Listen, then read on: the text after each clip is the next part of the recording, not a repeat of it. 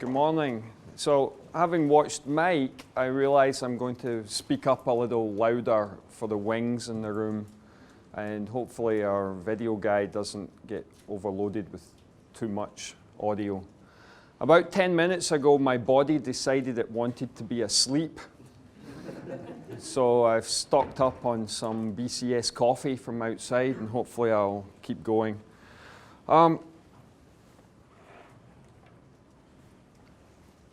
Those of you who've seen me talk a lot of times, this is the third time at this. Thanks again to the BCS and Jose for doing it.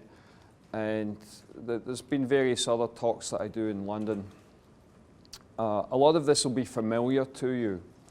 And what we've been doing is packaging it up into something that actually makes sense to more senior people in companies who actually want to run their businesses. So enterprise services planning, anticipating demand across an ecosystem of shared services, and I realize most of you can't see that, and improving agility one service at a time. And I think that'll be the last time I use the A word today. Managing in the 21st century. Okay, so quick survey. How many people in the room here have MBAs? It is, of course, the BCS, so it's a bit of a tech event. There's two people sort of going. Only two, really? Okay, so recently at our training classes, we find we get a lot of people with business degrees, and particularly with MBAs. And they did their MBA, and what that did for them is it got them a nice promotion at work, or it got them a nice, better job somewhere else at a different company. The downside of that added responsibility and fatter paycheck is they're now actually responsible for something. And the people who gave them that job expect them to get stuff done, maybe to get stuff done better than it was previously. And they've got this fancy education, so of course they should know how to get it done. And the problem is that that's really not working for them, and they're scared because now they've got a job which they don't really feel all that qualified to do. That their business school education isn't teaching them how to run modern 21st century businesses. And that's not difficult to explain because their business school education is based on how we ran businesses in the first half of the 20th century. They were largely physical, they were largely manufacturing, and the whole concept of an MBA came about as a way of teaching manufacturing guys and engineers how to run manufacturing businesses. MBAs were invented to teach engineers how to do business. That's why they exist. Nowadays, they exist largely so that people can get a promotion at work and a fatter paycheck. So, people who come to our classes nowadays, the most common feedback at the end of the class is, this was more valuable than my MBA. In fact, I've had that from half-day workshops that I've done at private clients, where middle managers in these companies, just from a carefully selected half-day workshop, have reported back that they learned more useful stuff in a half-day with me than they learned in a year or 18 months studying an MBA at a business school. So, why is that? Well, MBAs, based on 20th century approaches, it's all very reductionist. It's Enlightenment philosophy. It's the concept of, you've got this great big business, let's analyze it down into small little bits and solve each little bit on its own and then aggregate that back together again and everything will work better. Except that modern companies aren't like that. Modern business is complex. And modern business is complex. Modern work's often invisible, and it's often intangible. That the stuff we do is inside here. And you can't weigh it, you can't measure the inventory of it, you can't account for the carrying cost of that inventory. All this cost and management accounting stuff that people learn in business school, very hard to apply when what people do is think for a living. Right? It all goes on in between their ears, and what's not happening in between their ears is happening in the conversations and interactions that they're having with other people. So there's more to it than that. I said I wouldn't use the A word again. It's very hard to avoid this A word in this kind of audience. But the A word community is obsessed with something called business value. I have no idea how you calculate that. The first ever Kanban system we did was at Microsoft in their IT department. And that particular group of people did maintenance on shared services, shared IT systems like the HR system, the finance system, the security system, the facilities management system. So imagine Microsoft was going to open a new office somewhere, let's pick somewhere like Puerto Rico. That would count as part of the United States. And the impact of that would have an impact on all 4 of the systems I just mentioned, change requests on all of them. So we have to update the HR record system to handle Puerto Rican address format. What's the business value of that? How many of those did we sell last year? What's the total available market for it? All the stuff that people learn in business school about calculating business value does not apply in that world. There's no concept of a price. When someone places an order for, please update the HR record system to handle Puerto Rican address format, we don't actually know what that's worth. All the mechanisms that people use in factories for doing prioritization is based on the order value, and we don't know what that is. How many of you write software for software as a service, websites, things that go out on the internet? Less than half of the audience, a little surprising. If you're very lucky, you can calculate the business value retrospectively. Except, which feature on your website caused the new subscriber to sign up and start paying? Which collection of features caused them to sign up and start paying? Those of you that read my first book, the Agile Management book, more than a decade ago, will know that I dedicated a whole chapter to this topic. And it's a really tricky topic. I came to the conclusion that you associate all the business value to the 1 or more features that cause the customer to sign up. The thing is, how do you know that? How do you go talk to that customer and say, excuse me, why did you sign up for our service? Which features in it caused you to sign up? You didn't sign up last week, you signed up today.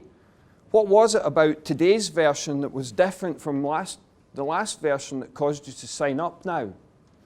And do you think they can even articulate that? The reality is, business value is something you cannot calculate. You can't do it in advance, and you can, with great difficulty perhaps, do it retrospectively. So all those equations that you learned in business school, or you picked up from some A-word community person, the numerator in that equation is something you do not know and you cannot calculate. And if you think you know it, you're kidding yourself on. Business value is actually a complex, multi-dimensional risk problem. And unless you're going to figure out how to analyze the business risks in the situation, your particular situation, then you can't figure out what should we do now, what should we leave until later, and how much later, and what should we not bother to do at all. This is a core problem if you're using a Kanban system. You've got a limit to work in progress. What should you actually be working on right now? What should you leave until later and until when? And what should you not bother to do at all? Well, the conventional wisdom on this is that you stack rank things by ROI, and ROI is calculated as the business value divided by the cost. Now there's another tricky one. How many of you are any good at calculating the cost in advance? So we've got something that's almost impossible to know divided by something that we're not very good at calculating and generally speculate on and don't get it within perhaps a factor of 2 of the real number. And we stack rank everything based on that. Also, return on investment says nothing about urgency. There is no time information on return on investment. So prioritization by ROI is something that works in factories. It doesn't work in knowledge work problems. It doesn't work in creative work situations. What is needed in this century for modern businesses where people think for a living, where they do creative stuff, is a new management paradigm. That stuff that's being taught in universities and MBA courses is perfectly good for early 20th century manufacturing businesses. And if you happen to work in one of those, that's fantastic. But you're at a BCS event, so if you happen to work in, say, an automotive company, you probably work in some sort of IT group, doing creative knowledge work and not actually assembling cars. All right, so your enterprise is an ecosystem of interconnected services. This is the key thing. It's an ecosystem and lots of different things that people do. Someone comes along and asks them for something, make me a website. Well, that team of people that make the website, they're actually providing a we make websites service. And in the doing of that, they have to ask a lot of other colleagues, perhaps some vendors, people from within their company and perhaps external, to do stuff for them. Please make me some graphic assets for our website. And those people are providing a we make graphics service. So your entire enterprise is this ecosystem of services. And to manage our work better, we need to start viewing our organizations in a service-oriented fashion. How many people in the room understand service-oriented architecture for software? Okay, so just take that and apply it to the real world. Right. We can't make long-term business plans because our business environment is too fluid and dynamic, and constant change is really the new norm. The market segments where we have the most traction for Kanban are the ones that are marginally profitable and incredibly dynamic. The travel industry, for example, the media industry, where things are moving and changing so quickly, and yet they don't have sufficiently large margins to be able to ignore that problem. Companies that don't care about improvement are largely ridiculously profitable. So if you're working at somewhere like Google or Microsoft, they could probably give a damn about improving, really. Maybe over a very long period of time, some senior people care about the survivability of the business. But on a day-to-day basis, if your employer makes $1 billion in profit every month, nobody really cares whether you get any better. But if you happen to work in the travel industry, which is a fairly low-margin business, they have to be really smart at how to manage risk. And meanwhile, if there's some new startup with a mobile app trying to disrupt their business model, that's pretty threatening when you're in a low-margin business. Right, so instead of long-term planning and strategy that positions us against competitors, the Michael Porter 5 forces thing, Actually, what we need is a business that can evolve and change with the changes in the external environment. The survival strategy for your business in this century is to have an evolutionary capability, to be able to sense what's changing in your external environment and react to it. And then why not take that inside the company as well? If you happen to work in some particular service, other people in your organization ask you for stuff. And from time to time, their tastes and their demands are going to change, probably because something changed in the outside world. And you need to be able to react and change to that. Because it's a service-oriented approach, you can apply it at different scales because it scales out rather than up and down. Right, so continuously fit for purpose is the new business strategy. And those of you who saw me present at the Agile Business Conference here in London back in November will realize that this has been a theme for me for a while. So Kanban systems are a proven solution to improving service delivery.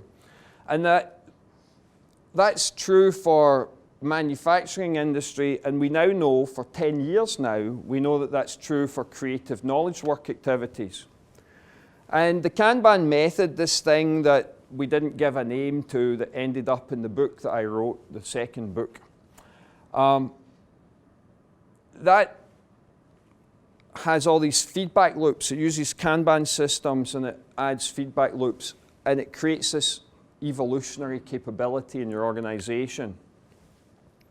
So we know we can do this. The problem is we need to teach companies how to leverage it at large scale. They might look at some of the stories and they say, well, you had one department doing change requests for IT systems at Microsoft. Big deal. How does that help me run my whole company? And here we are at a BCS event and you're probably still thinking IT. I'm now convinced that we can do this for all creative knowledge work services. That we see people using Kanban on video editing for TV soap operas. We see law firms using it for managing case files. We see HR departments using it for both generalist activities and recruitment. We see advertising agencies. There's one in Vienna that I visited, and they're using Kanban to manage a whole set of their different client requests. They're using it in their graphic design department and their web development department. We see web content management agencies using it. There's application in lots of different industries. Wherever there's some service request that involves thinking and people collaborating together, you can Kanban that. So when I was last in London for the Lean Kanban UK, I did this talk called 10 Years of Kanban, What Have We Learned? And here are the highlights. Here are the suspects from Microsoft's XIT department back in 2004.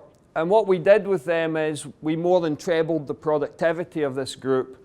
We reduced their delivery times by 90% and their delivery from 0% on time to 98% on time.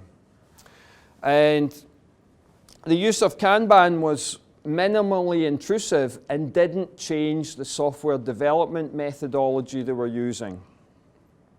So our conclusion was Kanban's good for service delivery.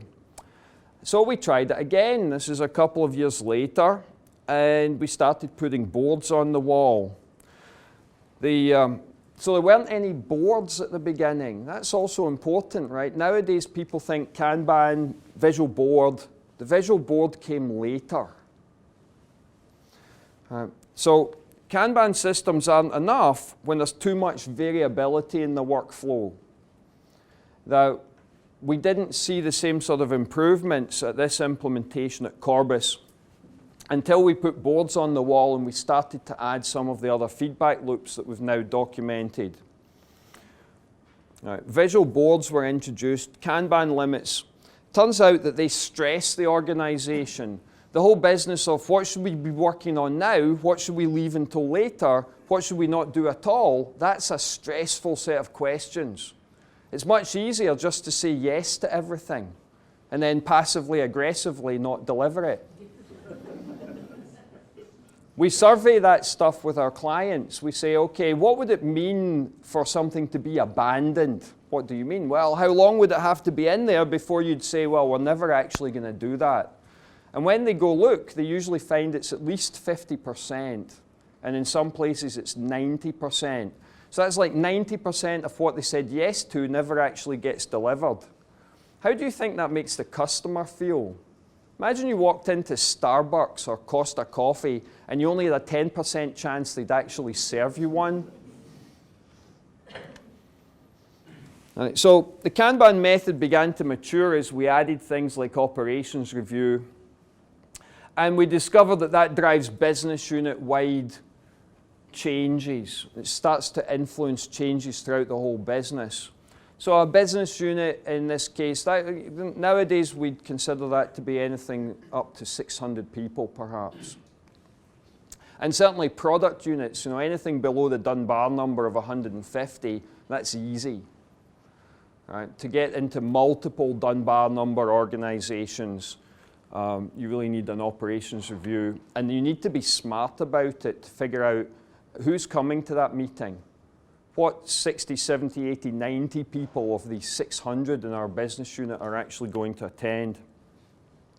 For my own business, directly, we find that most of our private clients are medium-sized enterprises. They're companies with anything from 400 to 2,000 employees, and they're often privately held as well.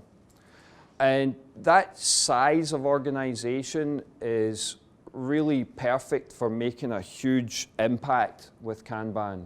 If there's a senior leader in an 1,800-person company says, we're going to Kanban this whole company, that will revolutionize their business. It's much harder to do if you're a 100,000-person company because a vice president in charge of 1,800 people has a limited scope and they've still got 3 or 4 levels of boss above them to complain. In 2007, we had the first Kanban software. This was called Digital Whiteboard. A guy who worked for me called Darren Davis created it in his spare time. And it ran on top of Team Foundation Server.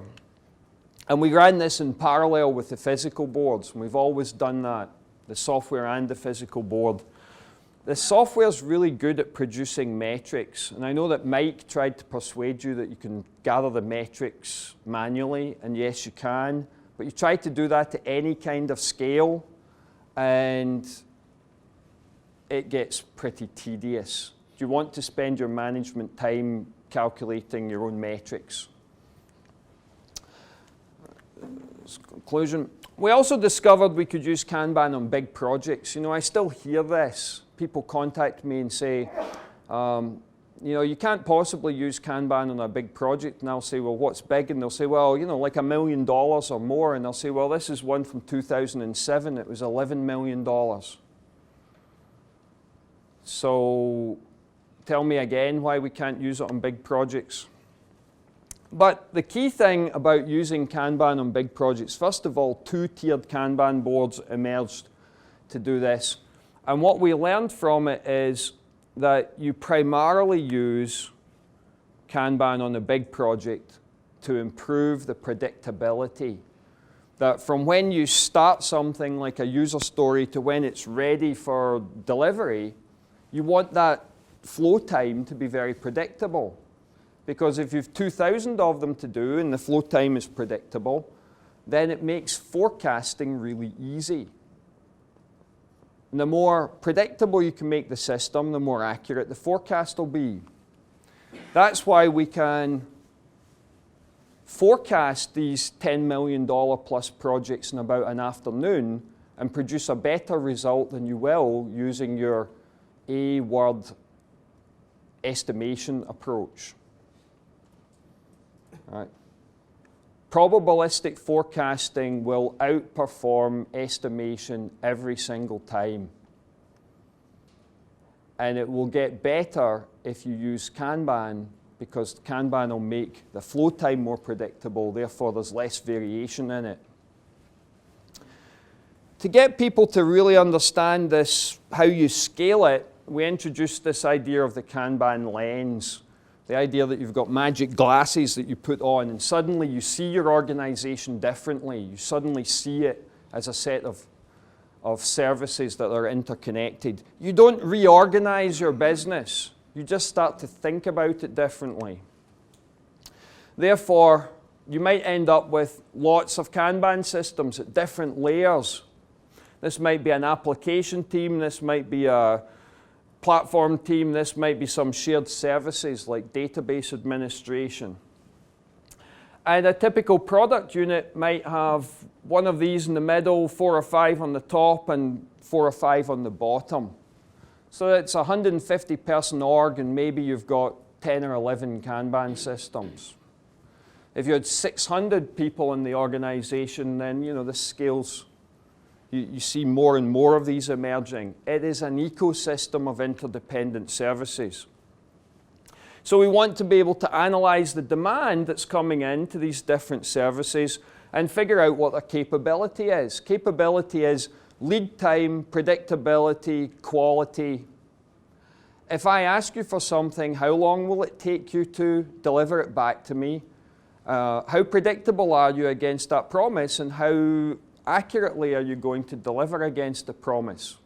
How good will the quality of the thing that you're making for me be?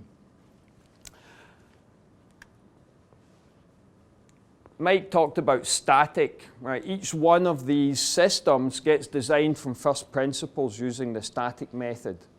So you scale Kanban by not scaling it. You just think in a service-oriented way, and you apply basic Kanban training, foundation training that many people in the room here, like Tom Reynolds at the back, can teach you. And you just do it again and again and again and again around your whole organization. Then you add an operations review perhaps, and magic happens.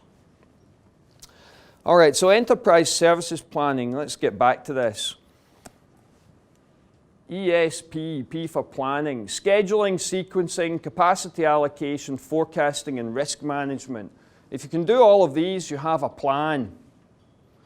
And what if we had some software that actually helped us do all of these things? An inference engine that would suggest things like options and possibilities based on our understanding of our goals and the risk policies that we have for our business. Then it would start to get easy for all those MBA types who are scared to make decisions because what they learned at university isn't helping them run their business. So how do we go about doing that? Well, first of all, what makes the service you're operating fit for purpose? Now, I see this fairly well misunderstood in our community. The purpose of your business and whether your business is fit for purpose are two different concepts. Right? Fit for purpose is always decided by the customer because they request something, and if you deliver it in a way that they don't like, then they're not going to want to request it again. There is, of course, an issue with monopoly suppliers inside organizations. That's maybe a topic for another talk. This is lead time histogram data from the CME Group, which is a trading floor business, Chicago Mercantile Exchange and other things. And this is the most important metric in Kanban. If you're not doing lead time histograms, you're not really doing it properly. And surprisingly, very few of the Kanban software products actually support this metric, despite the fact it's been in every presentation I've given since May 2007. Which one of these two departments is fitter for purpose? We see that System B are faster and are more predictable. There's a shorter tail on the distribution. The answer, though, is we don't know, because we don't know what the customer expectation is until we start measuring that. And this second histogram shows performance against the SLA. So 0 here means on time, and anything to the left of it means early, and anything to the right is late. And from this, we can determine that System B is better. They deliver about 5 out of 7 things against their SLA compared with the other department that only does 3 out of 7. So if you were the customers for System A, and remember the customer here is the head of a trading floor. How many of you work in investment banking? A few. So heads of trading floors, what are they known for? Being really nice. Exactly. What about something simpler, pizza delivery? If you order pizza for delivery at your office or your home, what do you care about apart from the price? Well, you care about delivery time, the quality of the pizza, the predictability, and you probably don't care too much whether our pizza boy breaks any traffic laws, but you do care about whether the restaurant follows health and safety standards. It turns out these 4 metrics apply to almost every service you would ever use. If you order a password reset from your IT department, you care about the delivery time, the quality, the predictability. I don't know if there are any regulatory requirements for that, but maybe there are some businesses. Fitness criteria drive evolutionary change. If this is our current process and we're evaluating it against these fitness criteria metrics, we'll know whether it's good enough or not. And if it's not good enough, we'll change it and we'll keep going. And we'll just keep making changes. Every one of these dots represents a new version. And if the new version's not good, we might roll back. You can't always roll back. Sometimes you have to roll forward. Changing a WIP limit on a Kanban system, you could roll that back. What if you move to a new office building? That's harder to roll back, right? You just keep going forever. Evolution doesn't have an end point. There's no concept of we're done with the change initiative now.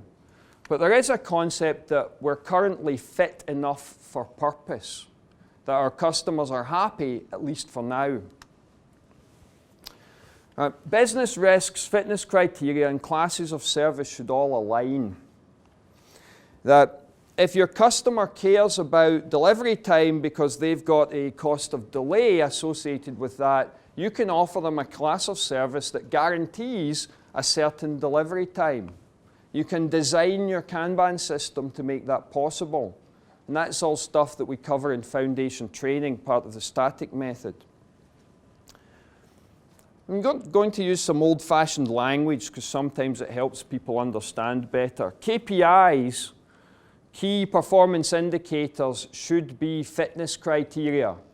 If your KPI does not evaluate the fitness of your business, why are you bothering to measure it? Why is it a key performance indicator?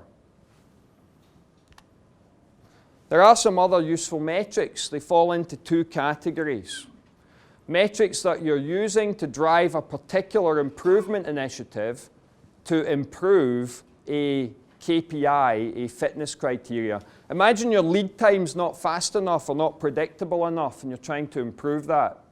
You might have some specific metric, perhaps on, say, code coverage for automated testing, and you want to monitor that, see if it's improving and see if that is driving down your lead times. And then there are general health indicators. At a business level, you might monitor your working capital, for example.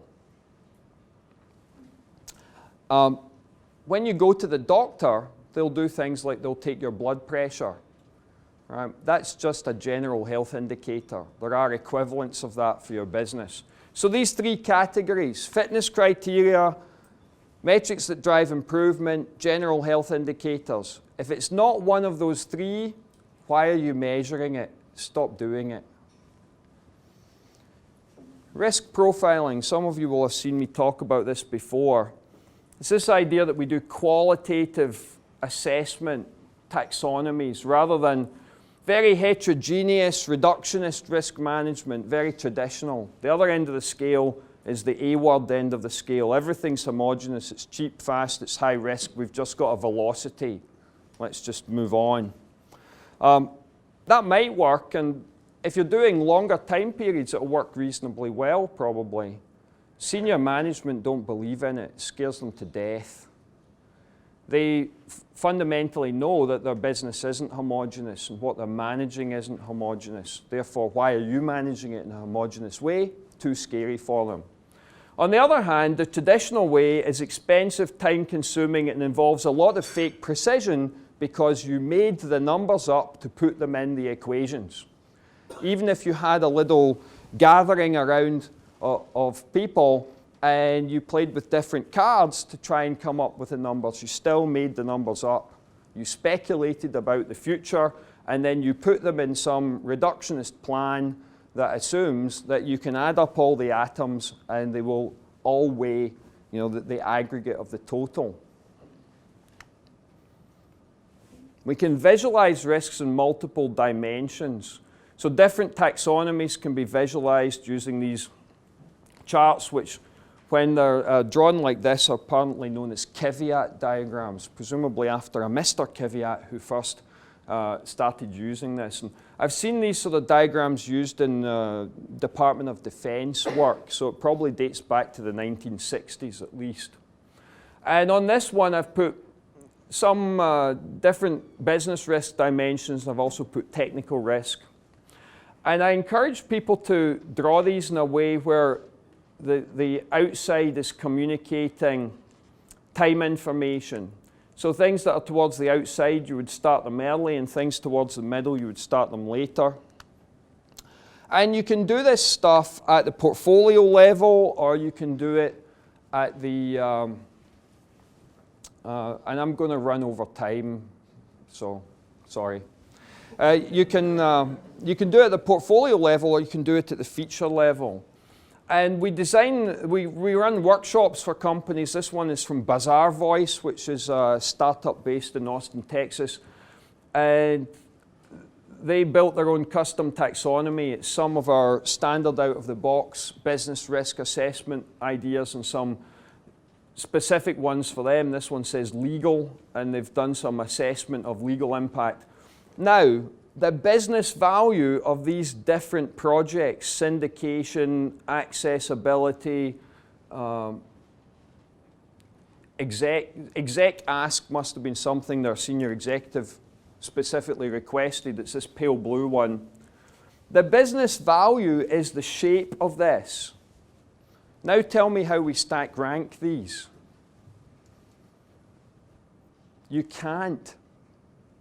Right? The business value is so complex that a visualization like this stimulates a conversation that helps people wrestle with the complexity and figure out, okay, which of these should we start now, which can wait until later, and which should we not do at all. Now, the blue one, the pale blue one here, is probably in the spotlight because the senior executive walked in and asked for it. Does that senior executive have good intuition or not? Right, and I'm sure that people would have been struggling with that. Well, the exercise of doing this helped them get to grips with it. And actually, the guys who did this exercise came to the conclusion, yes, our senior executive appears to have really good intuition, and yes, we should start this one now. But looking at the picture, how would you tell that in comparison to, say, this red one? The red one looks like we should probably start it immediately. Or, for that matter, the green one or the purple one. Some of them are more important in different risk dimensions, and how do you weight those? And the weightings might be different by next week. Right? You can't put this stuff in a spreadsheet. It's too complex. It needs narrative. It needs like humans to sit around and tell stories about it. And doing this kind of stuff helps them get to grips with that. So once we have that risk profile, we can start to visualize the risks. This one is just basic class of service on rows on a board, expedite, fixed date, standard, and tangible. The classes of service are responding to cost of delay risk. Board's all very well, but you can't put a lot of risks on your board design. Most of the risks need to go on the ticket. Ticket design is a more important discipline than board design in Kanban. How many of you put a lot of effort into the ticket design? Quite a few.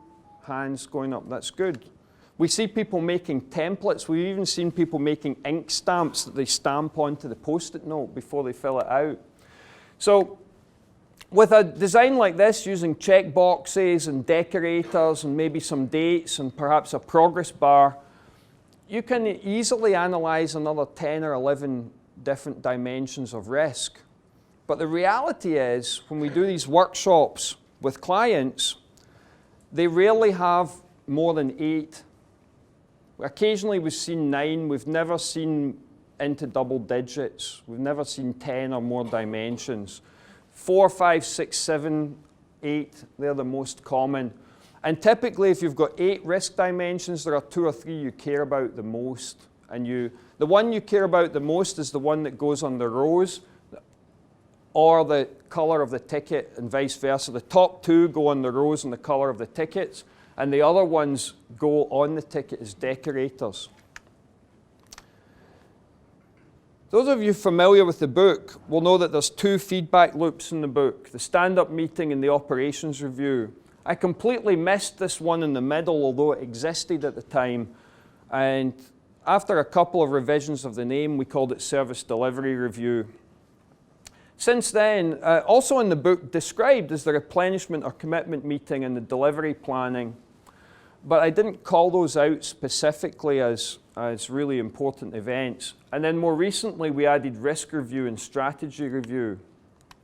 Strategy review, a regularly recurring meeting with frontline staff, people who actually understand what do our customers care about. The pizza delivery boy knows a lot about the pizza business. You need to actually ask him, why did people order the pizza, and how fast did they want it, and why? Pizza delivery boy understands the business risks in pizza delivery. So what I find with clients is when they do strategy meetings, it's a cloister of senior executives. They never actually involve people who talk to customers directly. That's probably a mistake.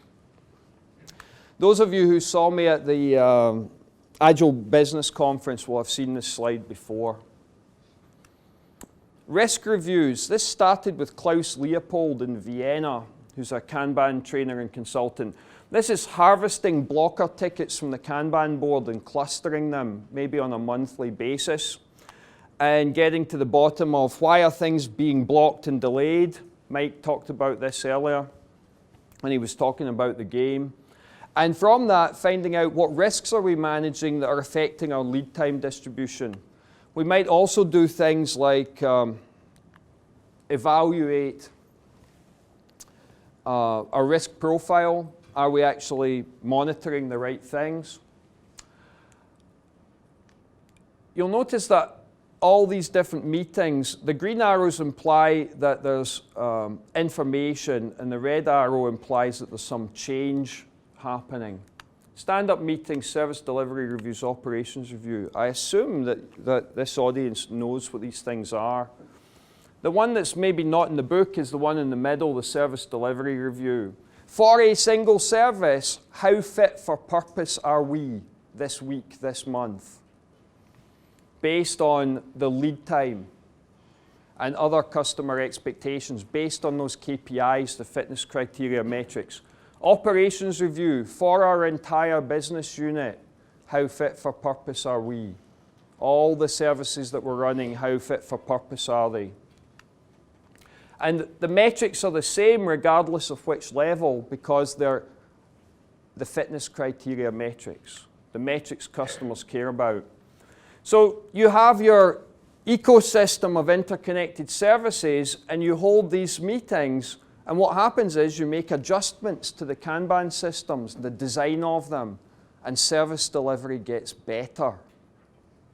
Without the feedback loops, the whole thing doesn't work. You end up back in a reductionist world of trying to do great big process design up front. In the interest of time, I'm going to skip this thing on scheduling and get to the bit on tools. How many of you use Kanban software? Can your Kanban software tell you what you should start next? Can it tell you when you should start something? Can it show you the risk profile? Can it even let you enter the risk information? Does it do very much that helps you make any kind of decision? Does it help you facilitate an operations review meeting or a service delivery review meeting or a risk review meeting or a strategy meeting or a delivery planning meeting? Is it any good at helping you with the replenishment and commitment meeting? The bottom line is that Kanban software basically just simulates whiteboards on the wall. And that's probably why people aren't really willing to pay very much for it, because it's not really doing anything useful. We need tools that actually help you do your job. So I believe these tools are coming, and certainly some of the Kanban software vendors are adding features that are in our enterprise services planning training. Now, ESP training for us is a 5-day training course that we deliver privately to clients with almost no overlap in our Kanban training or the Kanban coaching masterclass that I'm known for teaching. Altogether, we've now got 15 days of training to teach people how to do Kanban and ESP and Kanban coaching. And that's before you become an AKT. That's extra training to teach people how to train the basic training. So there's 5 days of training class material for ESP. That's a lot of potential software features. The risk profiling stuff, no one can do it yet. The scheduling stuff, when should you start something? Sequencing stuff based on risk profiles, no one can do any of that yet. But these are pretty simple algorithms. It's not rocket science to put this in software. So what if your ESP software became like your trusted assistant and you just asked it, what should we start next? And it gave you a list of candidates based on business risk assessment. ESP is kind of an interestingly cute and clever name.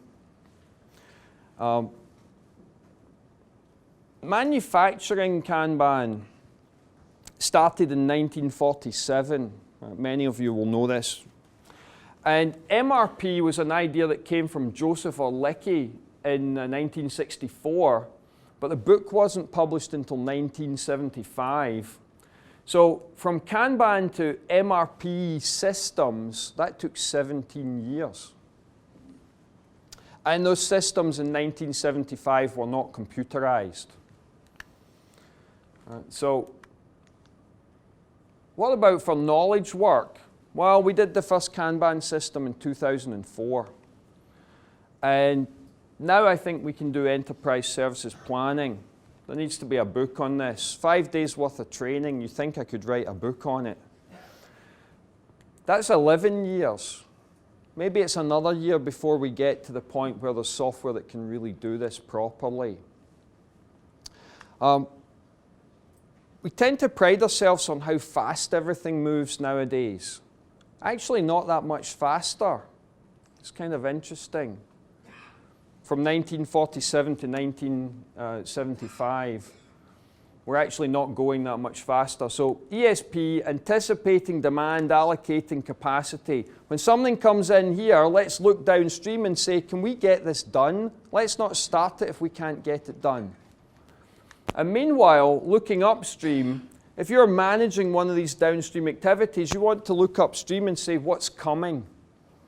What can we anticipate and expect? And do we have capacity allocated for it? Can we service that demand adequately? It's like managing a bar in a hotel and knowing that there's a big conference, and therefore the bar's going to be busy tonight. So what do? You schedule more bartenders and you tell them they're going to work overtime. In physical businesses, people know how to do this. For us to be able to do it, probably only needs a little bit of software just to analyze data. We combine all these things together. Should we start it now? Can we get it finished? How long will it take? Do we have capacity? And okay, I'm running some service. How much demand is going to hit me? That enables a lot of middle managers to get their jobs done and it enables them to deliver on the promise of their MBA. So, enterprise services planning, it's the future of Kanban. It's fitness for purpose, it's anticipating demand, it's learning how to shape the demand, that's a whole section of the training. Scheduling, sequencing, and selection, we don't use the P word anymore. I'm trying to get people to think differently, so I use different language. No estimation, we do forecasting. No prioritization, we do scheduling, sequencing, and selection. You walk into some senior executive's office and say, we'll help you to schedule work, to sequence the work, and to select what you should do and what you shouldn't do. They fundamentally understand that. You don't need to use different language. And finally, intelligent human capital development. This is buried in a whole section of the training on liquidity. And those of you who are familiar with Chris Matz and the work he's done on staff liquidity will understand the background on this, and I didn't have time to cover it. And I know I ran over time, but that is the vision for enterprise services planning. It's a new way of running businesses, and it's not just for the IT department. Thank you.